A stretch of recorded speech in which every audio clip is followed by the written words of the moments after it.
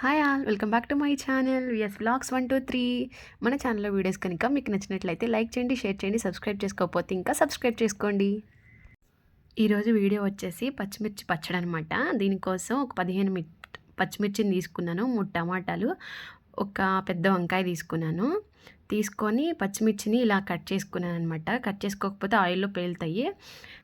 Cut చేసుకున్న పచ్చిమిర్చిని ఒక గిన్నెలోకి తీసుకొని దాన్ని స్టవ్ పైన పెట్టుకోవాలి. స్టవ్ పైన పెట్టుకొని ఒక 2 టేబుల్ స్పూన్స్ ఆయిల్ అయితే వేయాలన్నమాట. ఆయిల్ వేసిన తర్వాత ఒక 2 మినిట్స్ మూత పెట్టేసి సిమ్లోనే పెట్టాలి. హై ఫ్లేమ్లో అయితే అసలు పెట్టొద్దు. సిమ్లోనే పెడితే మంచిగా మగ్గుతాయి అన్నమాట. ఒక 2 మినిట్స్ తర్వాత మూత తీసి చూసుకుంటూ ఉంటే ఇలాగ మంచిగా మీడియం ఫ్లేమ్లో మంచిగా ఏగేసి ఉంటాయి అన్నమాట. ఇప్పుడు వంకాయని తీసుకొని వీడియోలో చూపిస్తున్నట్టు ఇలా రౌండ్గా కట్ చేసుకోవాలి. ఏ షేప్లో అయినా కట్ చేసుకోవచ్చు, కానీ ఇలా రౌండ్గా కట్ చేసుకుంటే సన్నగా తొందరగా మగ్గుతాయి అన్నమాట. కట్ చేసుకున్న వంకాయని డైరెక్ట్ ఆయిల్లో వేయకుండా ఇలా ఫస్ట్ వాటర్లో వేసుకోవాలి. వాటర్లో వేసుకున్న తర్వాత తీసేసి ఒక 2 మినిట్స్ మగ్గుతాయి కదా పచ్చిమిర్చి, దానిలో వేసేసుకోవాలి. వేసేసుకున్న తర్వాత ఇవి వేసిన తర్వాత ఇంకొకసారి తిప్పి మళ్ళీ ఒక 2 మినిట్స్ మూత పెట్టాలన్నమాట. సిమ్లోనే ఉంచాలి ఫ్లేమ్ అనేది, హై ఫ్లేమ్లో అసలు ఉంచొద్దు. ఒక 2 మినిట్స్ తర్వాత ఒక 3 టమాటాస్ తీసుకున్నాను నేను. వీటిని 2 ముక్కలు చేసి 2గా కట్ చేసుకున్నాను. పైన ఉంటుంది కదా చిన్న తొక్క, అది తీసేసుకున్నాను. అది తీసేసుకొని 2 ముక్కలు చేసుకొని వేసుకున్నాను. ఎక్కువ ముక్కలు చేస్తే టమాటాలో ఉన్న నీరు అనేది మొత్తం ఇనికిపోయి పచ్చడి అనేది గట్టిగా వస్తుందంట. ఇలానే వేసుకోవాలి. 2 ముక్కలు చేసి వేసుకుంటే చక్కగా దానిలో ఉన్న గుజ్జంతా పచ్చడిలో ఉండి పచ్చడి అనేది లూజ్గా చూడడానికి బాగుంటుంది. కలుపుకోవడానికి కూడా మంచిగా ఉంటుందన్నమాట. ఇవి వేసేసిన తర్వాత ఒక 2 మినిట్స్ మూత పెట్టి చూసుకోవాలి. ఇక 2 మినిట్స్ తర్వాత మంచిగా మగ్గిపోయి ఉంటాయి అన్నమాట. దీనిలో కొంచెం కొత్తిమీర యాడ్ చేసుకోవచ్చు. ఉంటే యాడ్ చేసుకోండి, లేకపోతే స్కిప్ చేసేయండి. కానీ ఉంటే మాత్రం ఖచ్చితంగా వేసుకోండి. ఫ్లేవర్ అనేది చాలా బాగుంటుంది.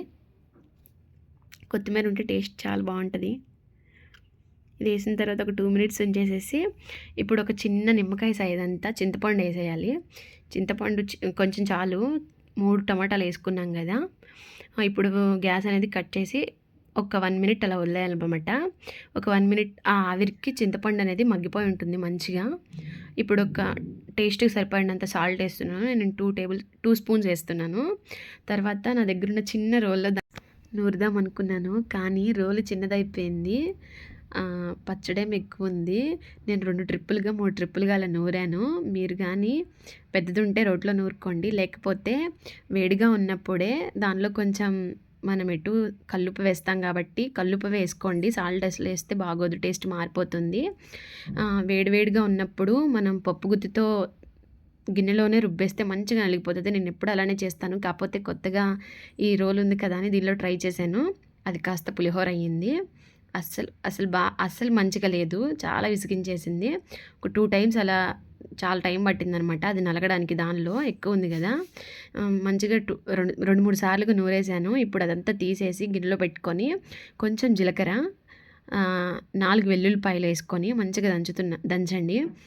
దీనిలో ఫ్లేవర్ ఏంటంటే మంచి స్మెల్ కోసం తెల్లుల్లిపాయలు బాగుంటాయి అన్నమాట. అవి మాత్రం అస్సలు మిస్ చేయొద్దు.